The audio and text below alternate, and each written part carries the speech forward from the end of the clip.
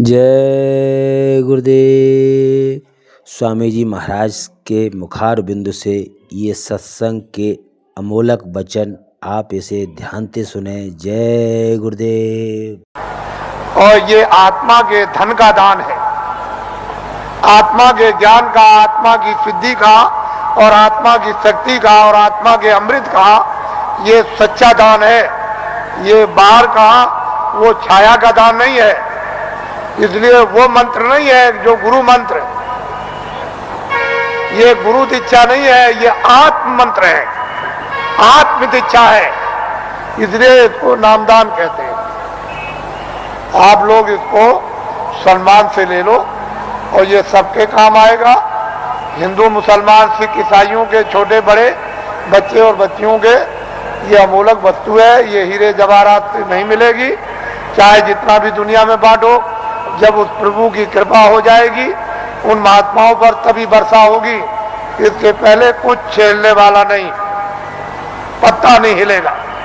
लेकिन जो दया उनकी हो गई कि इन आत्माओं को अवसर दे दो, इनको मौका दे दो, इन पर वर्षा कर दो और ये बीज डाल दो।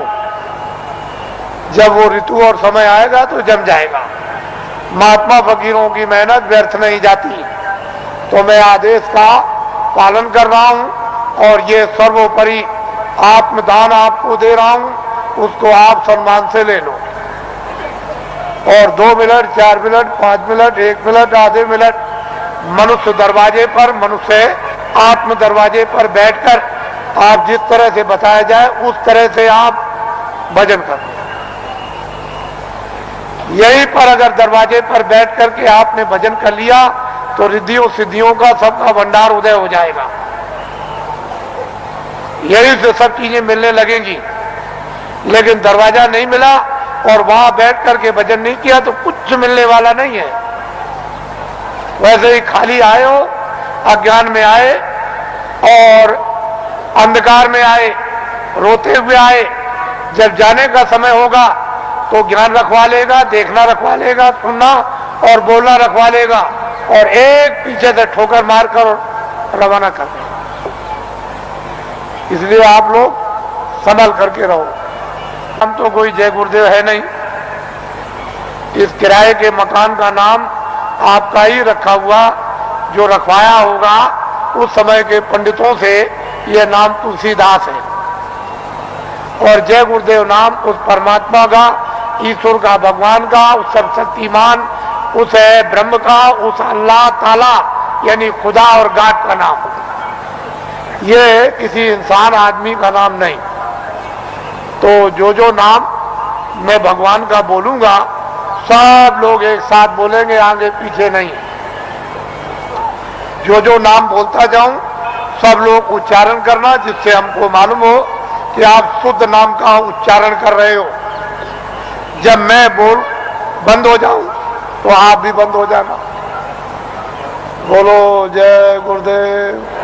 और ये आत्माओं का गोपनीय यानी रूहों का ये छुपा हुआ राज, ये खजाना है। ये जब तुम जरा सा रियाज और जरा कमाई करोगे, थोड़ी सी आप मेहनत, अभ्यास और साधना करोगे तो जल्दी से ये प्रकट होने लगेगा। लेकिन तुम ऐसे ही बैठे रह गए तो घर का भी कोई काम नहीं होता। और वैसे घर में भी कोई आपको नहीं पूछेगा, अरे भाई काम प्यारा, चांद थोड़ी प्यारा है। अरे भजन करोगे तब तो तुम प्यारे बनोगे, तब तो तुम्हारी जीवात्मा इस अंधकार से, इस जड़ता से निकलेगी। लेकिन भजन नहीं करोगे तो कौन किसको प्यारा? पति स्त्री को जवाब देता है, स्त्री पति को जवाब देती है, माँ बाप बच्चे को जवाब देते हैं। चाम नहीं प्यारा, काम प्यारा। अरे बातें प्यारी नहीं है, साधना और भजन और प्यारा है। इसलिए थोड़ा तुम भी मेहनत करो, हम भी करो।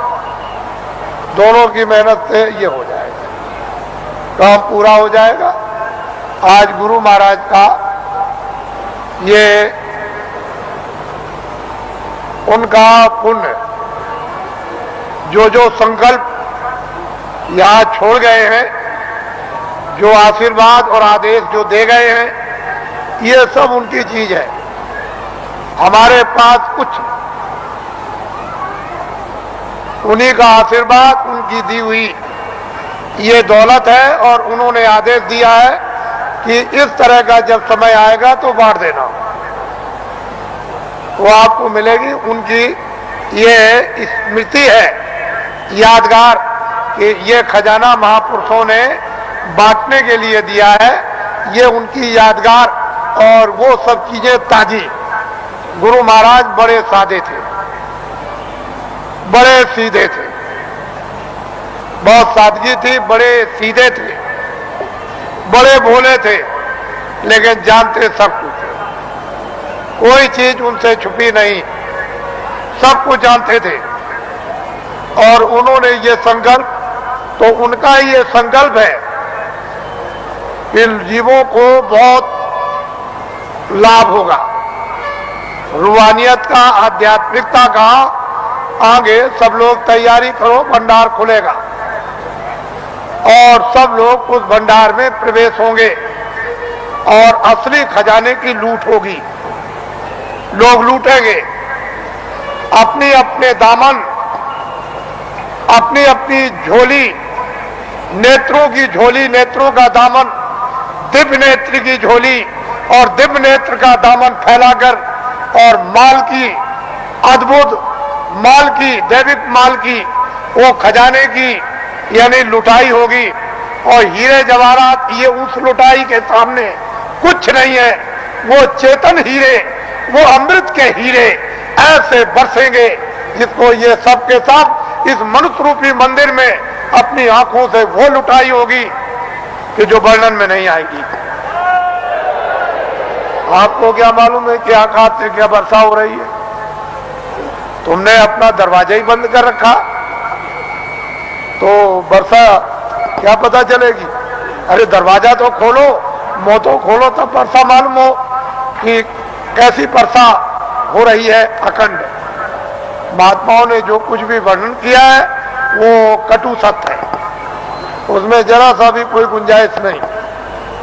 तो ये उनकी पुण्यतिथि है, और उन्हीं के संकल्प का ये आपको प्रसाद।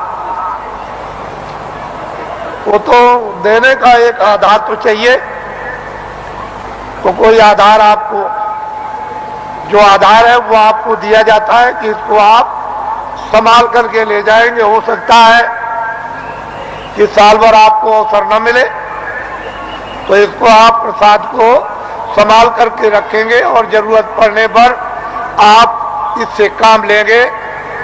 अपनी व्याधियों में, परेशानियों में कभी कभी ऐसा भी होता है कि हे मालिक, हमको कुछ नहीं चाहिए, जितने दुख हमारे कर्मों के हों वो जल्दी से जल्दी हमको दे दीजिए, लेकिन प्रार्थना यह है कि बर्दाश्त जरूर दीजिएगा, पर हमको आत्मधन लुटा दीजिए। तो इसलिए भी आत्मधन की लूट के लिए भी प्रसाद खाते हैं। ये तो मुख्य चीज है, लेकिन कभी कभी तरह तरह के कष्ट, तरह तरह की परेशानियां, तरह तरह की हैरानियां परिवार में, बीमारियां परिवार में, बच्चों में और बच्चियों में, पत्नी में और पति में, भाइयों में, माँ में, पिता में, अड़ोसी में, पड़ोसी में, जात में, बिरदारी में, समाज में, दफ्तरों में और राज में और इसमें और उसमें, ये तरह तरह की जो बीमारियां, जो रोग लग गए हैं, उनके लिए भी लाभदायक। लेकिन यह है कि अनुचित उपयोग करोगे तो लाभ नहीं होगा, उचित उपयोग करोगे तो लाभ हो जाएगा। अनुचित क्या उपयोग है कि मैं ये प्रसाद खाता हूं, आज मैं रात को डकैती डालूंगा, मुझे 1 लाख रुपया मिलना चाहिए, ये अनुचित, इससे लाभ नहीं होगा। तुम इसको खा करके डकैती डालोगे, चोरी करोगे, मौके पे पकड़े जाओगे, और फिर कर्मचारी अधिकारी पकड़ेंगे तो वो डंडे मारेंगे, कचहरी पहुंचा देंगे, तुम्हारी सजा हो जाएगी। तो अनुचित प्रसाद का उपयोग मत करो, उचित करो। और मेरी चोरी छूट जाए, मेरी डकैती छूट जाए, झूठ छूट जाए, छल कपट छूट जाए, बदमाशी छूट जाए, और मुझसे ये छूट जाए, और ये बुराई छूट जाए, और मुझ में अच्छाई आ जाए, और जब उचित उपयोग करोगे कि मेरी बीमारी चली जाए या मुझे बीमारी में आराम हो जाए, तो इसमें लाभकारी होगा, फायदा कर। ये इसलिए बातें आपको बताए देता हूं कि आप श्रद्धा से, आस्था से आपने रात को तपस्या की है ठंडी में। हम भी देख रहे हैं, हम कोई ऐसा थोड़ी है कि नहीं। आपको क्या मालूम कि रात को मैं कैसे घूम रहा था, किसी को नहीं पता कि मैं कैसे निकल के, किसी ने नहीं पहचान पाया, कोई भी सड़क पर पहचानने वाला नहीं मिला। तो आपको तो ये जानना चाहिए कि मतलब यह है कि मैं देखता हूं।